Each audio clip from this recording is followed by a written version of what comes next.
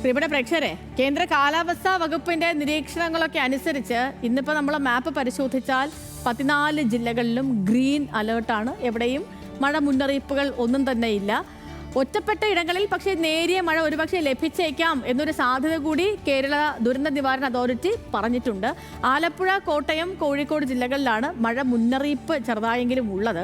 ഇടിമിന്നലിന് സാധ്യതയുള്ളത് കൊണ്ട് തന്നെ ജാഗ്രതാ നിർദ്ദേശമൊന്നും പുറപ്പെടുവിച്ചിട്ടില്ല. ഇടിമിന്നലിന്റെ ആദ്യ ലക്ഷണം കണ്ടാൽ തന്നെ സുരക്ഷിതമായ ഇടത്തേക്ക് മാറണം. അതേപോലെ തുറസായ സ്ഥലങ്ങളിൽ തുടരരുത്.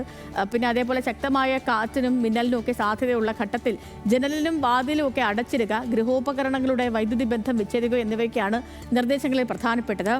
അതിനൊപ്പം ഇനി മറ്റൊന്ന് മത്സ്യബന്ധനത്തിന് വിലക്കുണ്ടോ എന്ന കാര്യമാണ്. അത് ഈ കേരള, കർണാടക, ലക്ഷദ്വീപ് തീരങ്ങളിലൊന്നും വിലക്കില്ല എന്ന കാര്യം കൂടി കാലാവസ്ഥാ കേന്ദ്രം അറിയിച്ചു. അപ്പം മഴയുമായി ബന്ധപ്പെട്ടുള്ള കാര്യങ്ങൾ ഇങ്ങനെയാണ്. നമുക്ക് ഇന്നത്തെ താപനില പരിശോധിക്കാം. താപനില നോക്കിയാൽ ഇന്ന് കഴിഞ്ഞ ദിവസങ്ങളിലൊക്കെ അപേക്ഷിച്ച് കണ്ണൂരിലാണ് ഏറ്റവും കൂടുതൽ ചൂട് രേഖപ്പെടുത്തിയത്. ജില്ലയിൽ രേഖപ്പെടുത്തിയ കൂടിയ താപനില 36 ഡിഗ്രി സെൽഷ്യസ് ആണ് കണ്ണൂരിൽ രേഖപ്പെടുത്തിയത്. കുറഞ്ഞത് 24.9 ഡിഗ്രി സെൽഷ്യസും. തിരുവനന്തപുരത്തേക്ക് വന്നാൽ തിരുവനന്തപുരത്തെ കൂടിയ താപനില 34 ഡിഗ്രി സെൽഷ്യസ് ആണ്. കുറഞ്ഞ താപനില 23.4 ഡിഗ്രി സെൽഷ്യസും. കൊച്ചിയിൽ കൂടിയ താപനില 35 ഡിഗ്രി സെൽഷ്യസ് ആണ്.